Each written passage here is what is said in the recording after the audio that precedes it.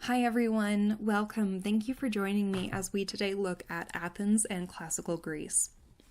Now, when we use the word classical, we sometimes mean it in a general sense with a lowercase c to refer to the whole of Greco-Roman antiquity. So 800 BC to 8500 and the areas that were brought under the direct impact of either Greece or Rome. But we are using it today in a more specific art historical sense with a capital C to identify an artistic style that was active between 480 and 332 BC in specifically the Greek world. And the classical style really was centered in and emerged in the city-state of Athens. Now, it's important to know that in ancient Greece, this was not a kind of unified nation like we have in Greece today. Rather, Greece was made up of multiple city-states called polis that had a shared culture, language, religion, and art, but which were politically independent and often at war with one another. And when we talk about the classical period, we are not referring to a period of defined by political structure or a historical identification. It's really a period of time that has been identified thousands of years after the fact by historians and art historians according to the trends that we see in the art at that time. So it's not like somebody just woke up one morning and they were like, oh, well, yesterday it was the archaic period and today we're in the classical period. Yay! This is a totally, not, I don't want to say like arbitrary, but a anachronistic labeling of this period. And the classical period is often considered the high point of Greek culture, or of ancient culture, or sometimes even of Western culture as a whole. It's the period of the great philosophers and playwrights and artists and politicians of Greece. And so it's kind of seemingly contrary to realize that this is also a period of really intense warfare.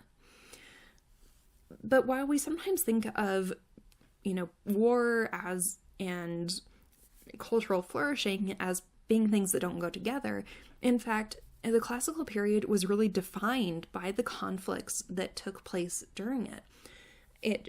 Those conflicts gave shape to the Greek identity and to the cultural expression that was manifested during this time. So before we can talk about classical Greece, we have to first go to the Achaemenid Empire. Now, the Achaemenid Empire is also often called the Persian Empire, and I will try to call it the Achaemenid, but if I slip up and refer to the Persians, what I really mean is this empire, okay? We call it the Persian Empire sometimes because it originated in Persia and then grew as the Persians annexed the adjacent territories into their empire. So it finally, by the year 500 BC, incorporated a massive territory, right? From the borders of India into Greece and Europe, from Egypt up to, the Caspian Sea. And it incorporated many, many different cultures and ethnicities and languages and artistic traditions under a single ruler. The territory was managed by a bunch of governors called satraps who ruled and managed each of the different territories under the rule of a single king of kings. And at this time, we're referring to Xerxes and then Darius were the kings of the Achaemenid Empire. And the empire was really unusual and advanced because they had a system of highways that traversed the territory. They had a postal system. They levied taxes. And they also, unusually, had a standing army. Now, what this means is that rather than having just a bunch of random people, random citizens, when called up when they needed to go to war. They actually had people whose entire jobs it was to be a soldier, to learn how to fight. The Achaemenid army, however, was not just professional soldiers. The most highly trained were the elite heavy infantry called the Immortals, but there was also a bulk of non-professional fighters, so just people who didn't specialize in soldiery at all. They're also trained mercenaries, so hired fighters. And as the Achaemenid Empire spread, the army grew as well, as it incorporated forces from the conquered territories. So by 500, the empire also incorporated the territories along the northern and eastern edge of the Aegean Sea, and these were actually ethnically, culturally, and linguistically Greek territories. And around 499, they revolted against the empire and were largely helped in this by polis on the Greek mainland, especially Eretria and Athens. The rebellion was crushed, and in punishment to easily punish the polis for assisting in this rebellion and also to annex more territory into the empire, the Persians launched an invasion of Greece in 490 BC. This is the First Persian War, and as the fleet sailed along the coast, they finally came to land at a place northeast of Athens called Marathon. The Athenians had lots of warning about their approach because the Achaemenid forces had been conquering sort of as they went down the coast. And the Athenians wrote to the Spartans for help, the Spartans being the great military or legendary military force of Greece, warfare being their sort of core of their cultural identity. Unfortunately, the Spartans were busy. They had a a religious festival and during this time they were not allowed to actually go to war. But who did come to their aid was the teeny tiny village of Plataea. So the Plataeans and the Athens go and march out to this place at Marathon to meet the Persian army. Here is the plain of Marathon today. You can see it's a nice wide open space, which would have been perfect for the Persian cavalry. As it happened, the Athenians waited for the Spartans to finish their festival and come help. However, the Persians got impatient. They were like, are you going to fight us or not? And so they were like, well, okay, fine. If you're not going to, we'll just keep going. And invade your home, while you're busy sitting around right here. So on August 12th, 490 BC, the Athenians and Plataeans realized that they had to make a move. And so they marched out against the Persian forces. And the Persians had already loaded their cavalry back onto the ships. So they weren't able to offload them in time for the battle. So the numbers are, of course, estimates. We don't know for certain how many people were involved, but the sort of generally accepted number was 9,000 Athenians and 1,000 Plataeans versus conservatively 25,000 Persians. So even on the most conservative estimate, the Athenians and Plataeans were outnumbered by more than 2 to 1.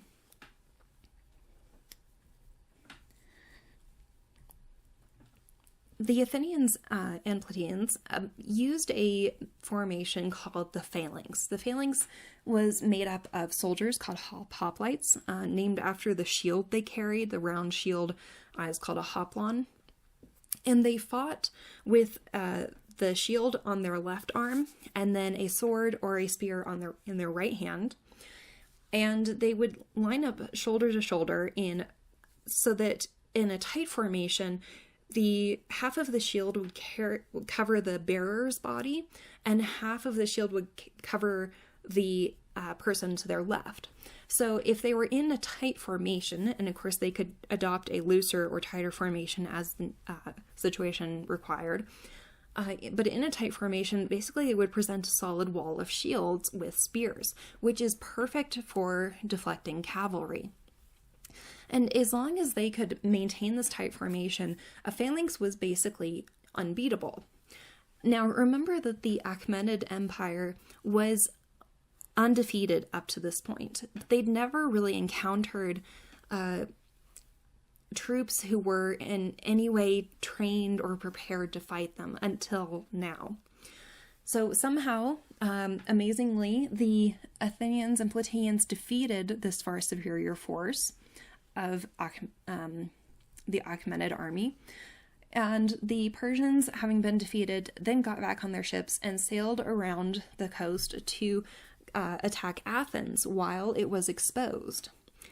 Realizing what was going on, the Greeks picked up their stuff and did a forced march of 22 miles across the mountains after having fought this battle with about 60 pounds of equipment each. And arrived at Athens just before the Persian fleet. The Persians, seeing the soldiers arrayed there on the coast, decided that they just really were totally over this and sailed home. So the Athenians were the hero of the hour, much to the Spartans' annoyance, and the Athenians felt pretty awesome about themselves, to say the least. They also, to their credit, never forgot what the Plataeans did, and the Plataeans were always an honored sort of group in the Athenian Empire. So certain lessons or conclusions came out of the conflict with the Persians.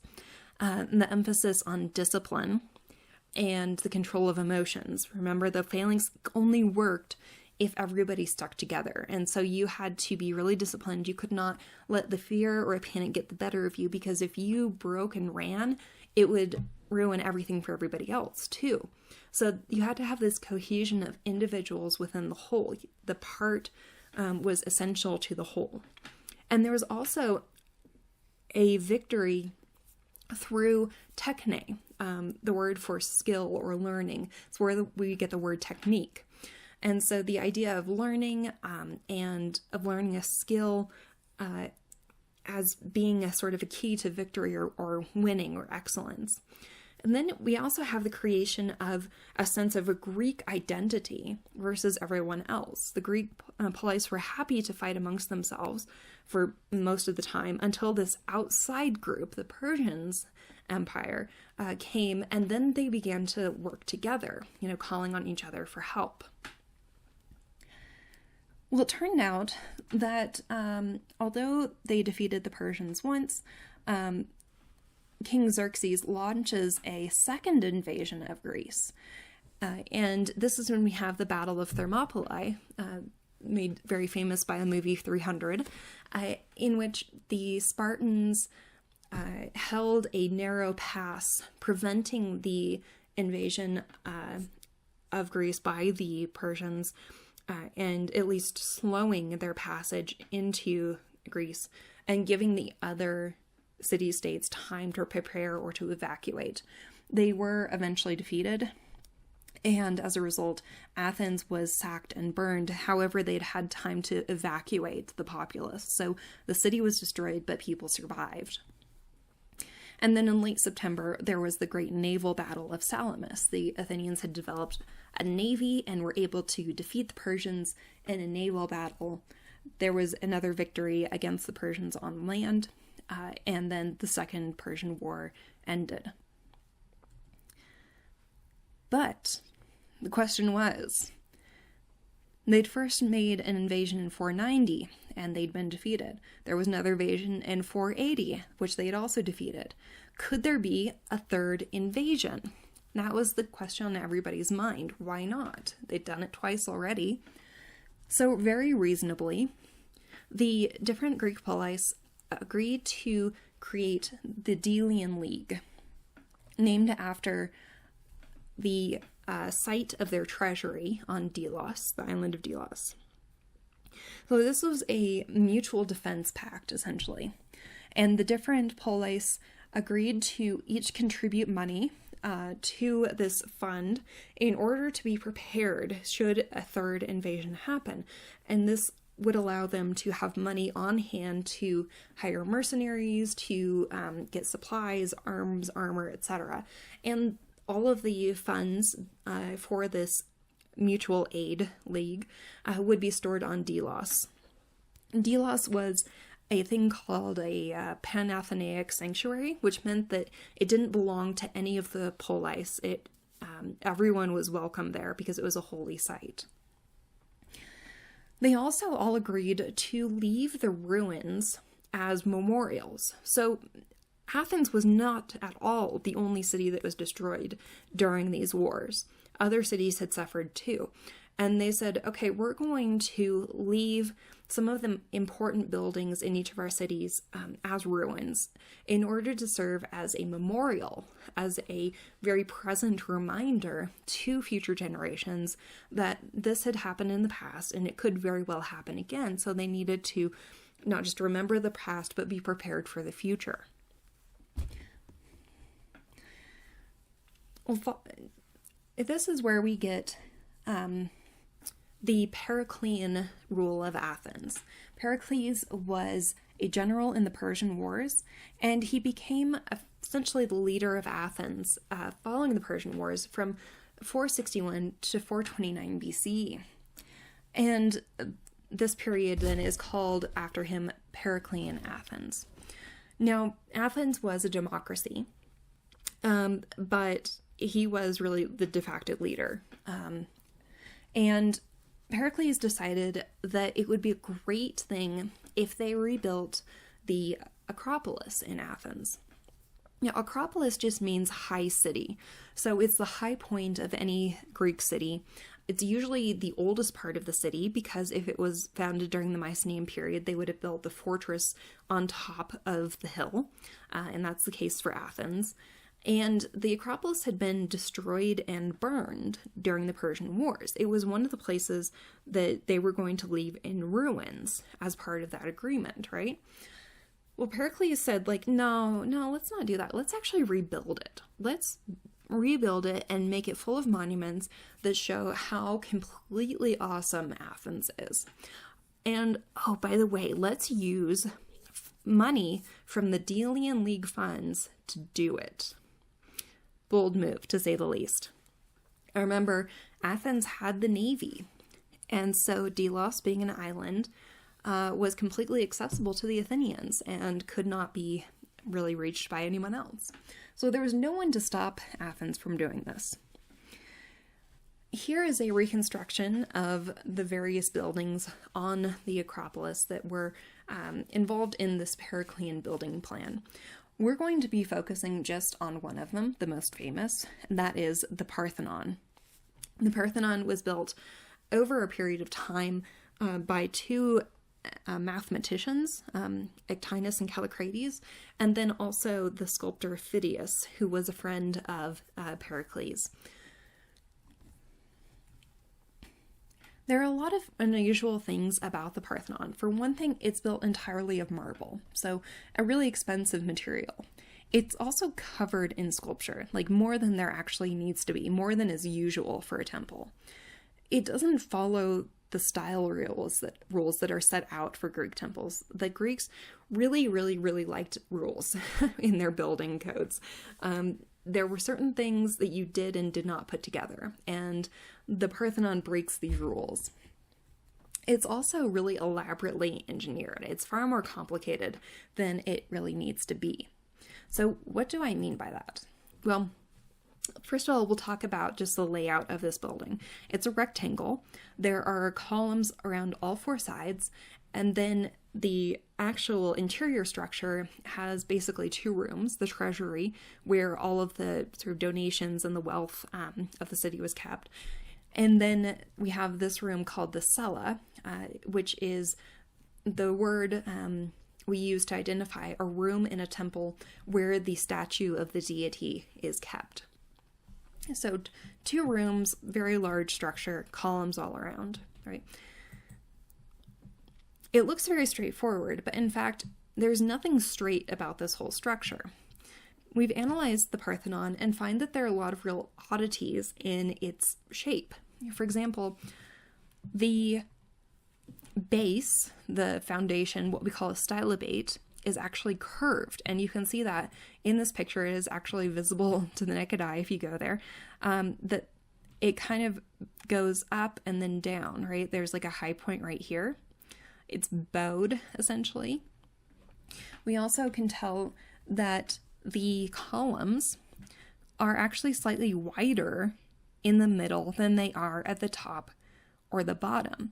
And because the stylobate is curved, if they just set the columns on it straight, they would be sticking out in every direction. So therefore, the columns actually have to be tilting inward to compensate. Now, this is really strange because it means that every single block in this place basically has to be custom measured and custom made for its specific place. You can't just make a bunch of square blocks like Legos or something and stick them together. Why did they do this? Well, we don't know for sure. But the usual explanation is just that it was to sort of to compensate for a lot of optical illusions. So for some reason, when you have a long horizontal line, even if it's totally straight, it seems to droop in the middle. So how do you make up for that? Well, you make it convex. Similarly, when you have a long vertical line, sometimes it tends to look really thin in the middle. So how do you compensate for that? You make it wide. Now, this interest in mathematics and creating using mathematics to create a harmony is something that was really big in the classical period and really is a defining characteristic of the classical style. And a great example of this is the statue that we're looking at here, called the Doryphorus, which is just the Greek word for a spear bearer. He originally would have been carrying a spear in his left hand that would have gone like this, kind of like rested on his shoulder. That's a really bad spear. I apologize, but you know what I mean. And this is not the original sculpture. We know that the original was made of bronze, but it was such a popular sculpture that many, many, many copies were made of it. And once you convert something from bronze into marble, you are faced with certain structural problems because you can do a lot more things with bronze than you can with marble. Marble's quite heavy. It's more brittle. It doesn't have the kind of tensile strength that bronze does. So that's why there's this little piece right here between his wrist and his thigh that was not carved away in order to stabilize the arm and keep it from breaking off as easily. It's also why we have a really random tree trunk growing into his leg. So the bronze would not have had these things because it didn't need it. But this is here to support the whole structure. And that's why we had those little odd sort of features. The original sculpture, the Doryphorus, was sculpted by the artist Polyclitus as an illustration, basically, a case study for his written treatise that he published called the Canon. And his canon, we don't have the treatise anymore, but we've gathered that it had something to do with how mathematics and ratios could be used to create perfect works of art. And the Greeks, especially in the classical period, saw the nude young male body as the height of beauty. And so Polyclitus proposed all of these ratios and these mathematical formulas for creating the ideal body in sculpture. And a really straightforward example is the idea that the height of one head multiplied times 7 equals the height of the body. And the length of the head times 2 equals the lower leg, and things like that. Now, later on, we get a slightly different canon of measurements in the late classical period with another artist, Praxiteles, who prefers the ratio of one head, or rather 8 heads per body, 8 head lengths. This produces a much longer, thinner, more elegant sort of silhouette than Polyclitus's measurements. Polyclitus's are actually more realistic, more accurate for what normal human beings look like. We also see something at work in the Doryphorus called contrapposto. Contrapposto is an Italian word for this stance, for this body position that he's taking here, in which all of the weight is placed upon one leg. Now, this is the way that normal people stand. Most of the time, unless you're a soldier standing at attention or something, you don't stand with equal weight on both legs. It's just not comfortable. And so putting all of the weight on one leg like this and having the other leg relaxed is a much more naturalistic, much more realistic stance. So it makes this figure, this spear bearer, seem more lifelike. But it also creates something called chiasmus, and chiasmus is the harmony created through opposing forces. So as you can see here on the left, we have these different lines. So here we have heel down, heel up, knee down, knee up, hip down, this arm down, this arm up, and this is the working arm because it's holding a spear, so it's exerting effort, whereas this arm is relaxed. So on the other side, it's flipped for the legs. This is the working leg that's supporting the weight, and this is the leg that's relaxed.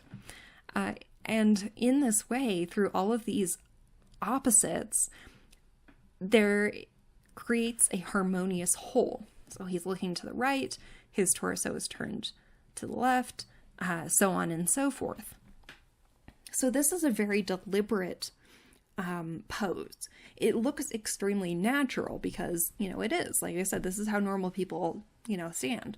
But it also is an expression of mathematical harmony, of unity of opposites, of a relationship of the part to the whole. And that might sound familiar, right? The idea of the hoplite being a key to the phalanx, the part to the whole. So each little ratio is key to the harmony of the whole. Now, as I mentioned, we have many copies of this sculpture, which is why we're sure what it looked like. And it is actually probably the most popular sculpture in all of classical antiquity.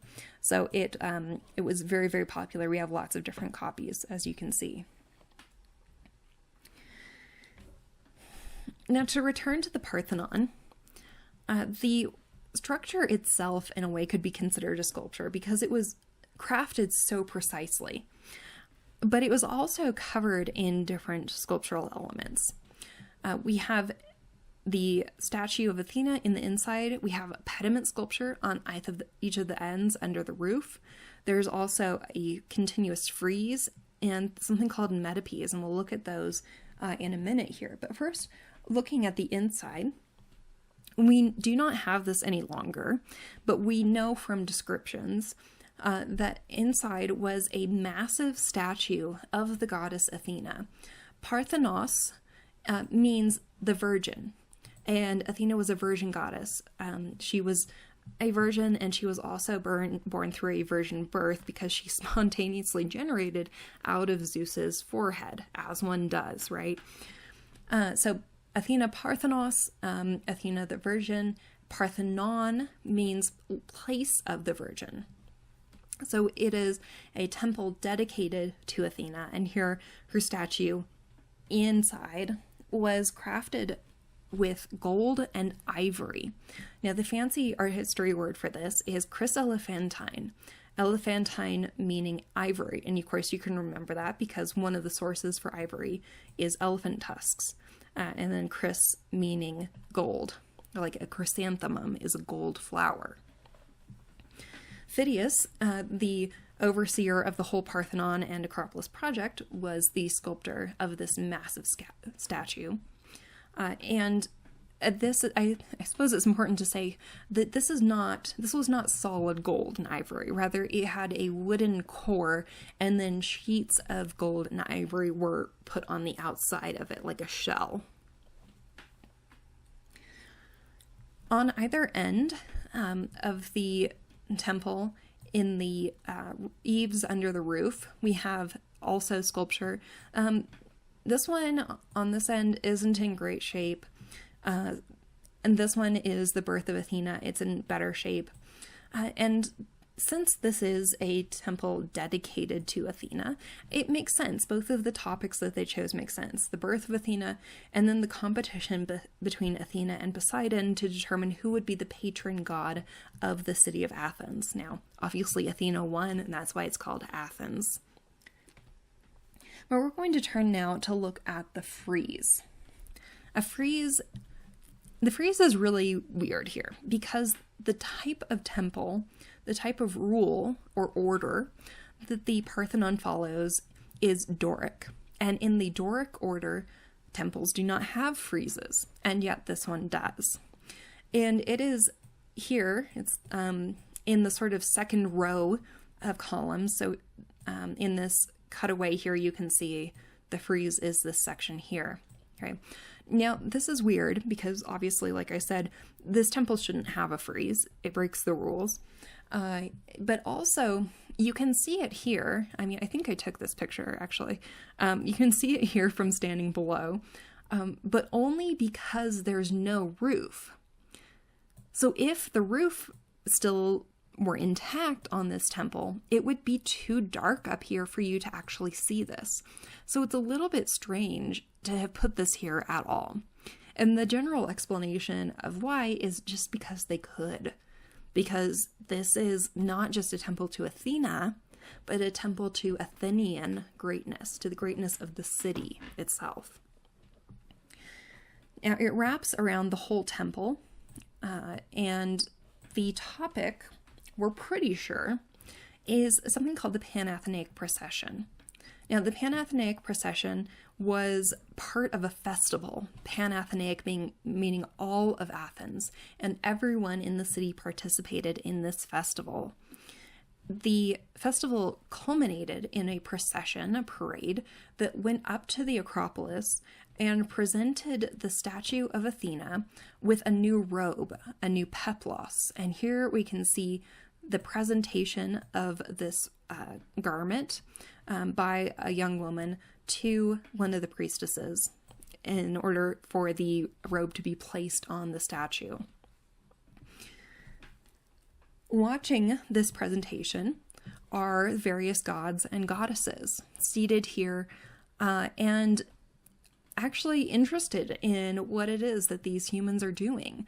They're the audience for the people of Athens as they engage in this festival, which is interesting, right?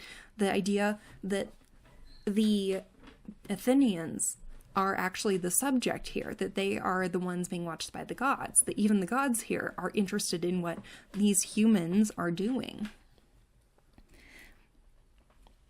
Now, I always forget to mention that Greek sculptures and structures would have been painted, and so I put this painting in here to remind myself of this fact also.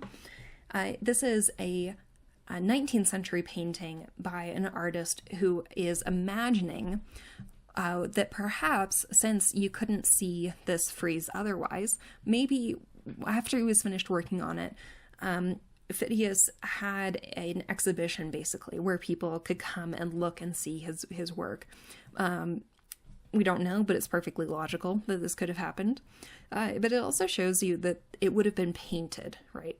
So all of these figures would have been picked out in color. Much of the frieze consists of these horse riders, these men on horseback, who are participating in the procession. What's really interesting here is the really sharp contrast between the way in which the horses are represented versus the way in which the humans are represented. So the horses are just exquisitely rendered. The detail and the attention is stunning. The way the tendons are represented in the legs, the folds of flesh are under the legs, the musculature, the expression on the horses. They're so excited to be, they're caught up in this cavalcade with all these other horses. And if you know horses, they get really excited when there's something going on. And so they are just absolutely raring to go, as you can see. And in fact, you can see the way that the muscles in the neck is being pulled back, reined in. There would have been a bridle, painted on here, reined in by the rider. So the rider, the human here, is bringing this horse, this wild beast, under control. The animal, the horse, is very emotional, very active, and it's struggling to keep its excitement, its passions and emotions under control. Whereas the human being a creature of reason and thought, has used his learned skill of horsemanship, techne, right, to learn how to control this emotional animal. Now, all of this should sound familiar, right?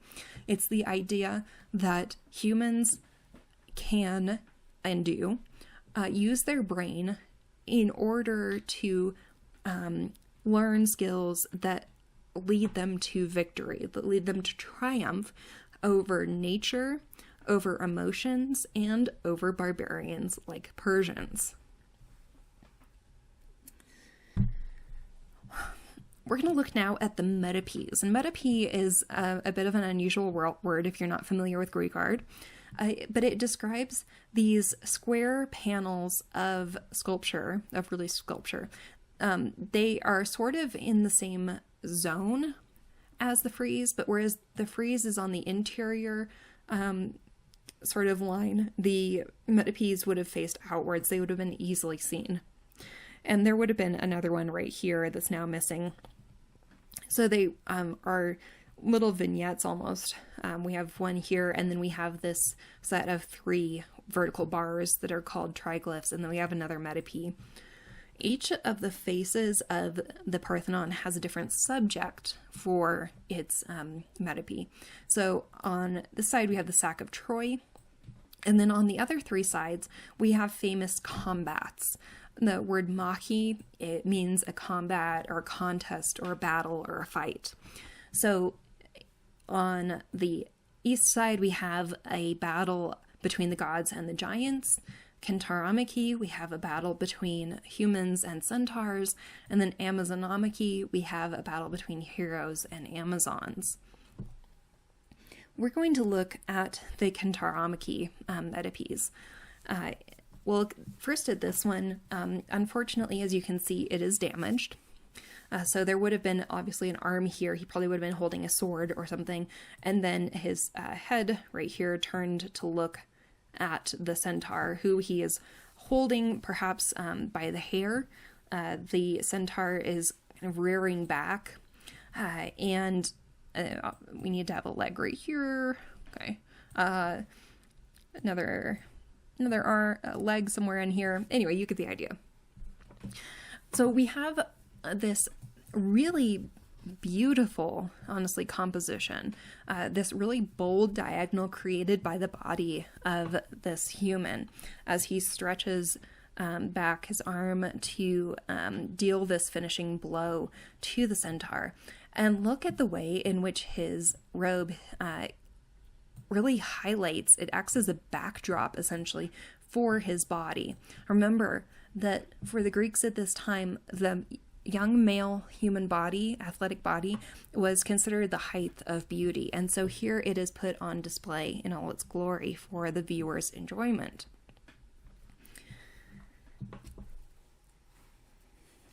Now, we also have another example of a Kentaramaki at a place called Olympia, which, like Delos, was another pan-Hellenic sanctuary. So it was a sacred site where anyone from any of the polis in Greece could go, and they did. This is the home of the Olympic Games, right?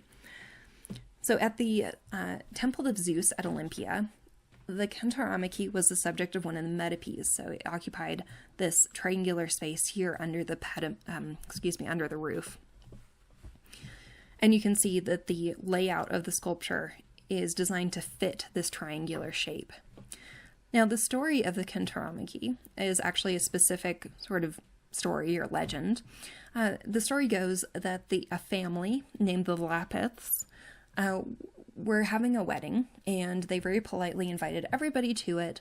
And during the reception, the centaurs had a little bit too much to drink, and because centaurs are half human, half horse, the alcohol suppressed their human ability for self-control, and their animalistic nature came through.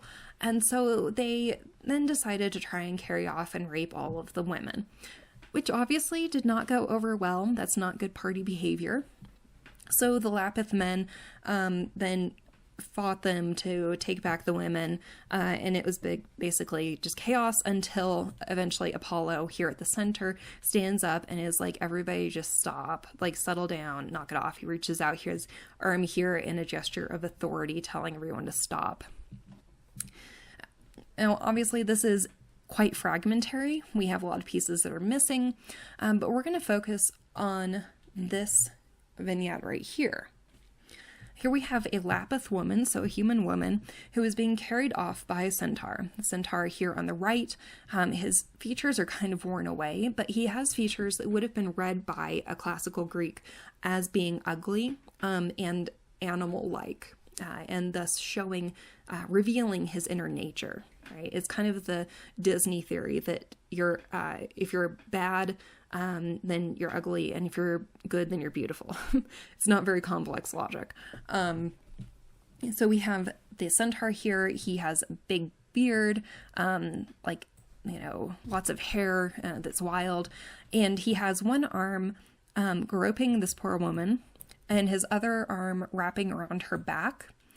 She, meanwhile, is elbowing him in the face and pushing his hand away and trying to free herself, fighting him off. Now, but look at her face, okay? Just look at her face here. This is not the face of a woman who is trying to escape being sexually assaulted. She is so calm.